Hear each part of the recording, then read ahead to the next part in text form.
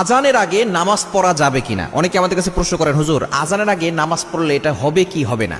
অনেকে আমাদের কাছে এই ধরনের প্রশ্ন করে থাকেন। মনে রাখবেন, আজান এবং নামাজ এটা কিন্তু ভিন্নতা রয়েছে।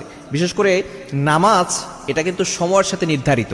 সময় যখন হবে তখন আপনি নামাজ পড়তে পারবেন। আল্লাহ পাক রব্বুল আলামিন নিজে বলে দিয়েছেন সূরা নিসার 103 নম্বর আয়াত, 5 নম্বর পারা 14 নম্বর পৃষ্ঠার 11 নম্বর লাইন। সূরা নিসার 103 নম্বর আয়াতে আল্লাহ বলছেন, ইন্নাস সালাতা কানাত আলাল মুমিনিনা কিতাবাম মাওকুতা। নামাজ হচ্ছে নির্ধারিত সময় পড়তে হবে। অর্থাৎ আপনার জোহরের ওয়াক্ত হয়েছে, ওয়াক্ত হওয়ার আগে আপনি নামাজ পড়তে পারবেন, ওয়াক্ত হবে তারপর আপনি নামাজ পড়তে পারবেন। তাহলে এখন আজান দেওয়া হয় কেন? নবী সাল্লাল্লাহু আলাইহি ওয়াসাল্লামের কাছে জিবরাইল সালাম আসছিলেন। জিবরাইল সালাম এসে দুইবার তিনি 5 ওয়াক্ত নামাজ পড়িয়েছেন। একবার নামাজের শুরু ওয়াক্ত পড়িয়েছেন, একবার শেষের ওয়াক্ত পড়িয়েছেন, এবং তিনি বলে দিয়েছেন যে এর মাঝখানের সময়টা হচ্ছে মুস্তাহাব সময়। সুতরাং আজান দেওয়া হয় জামাতের জন্য, এটা হলো জামাতের সুন্নাত।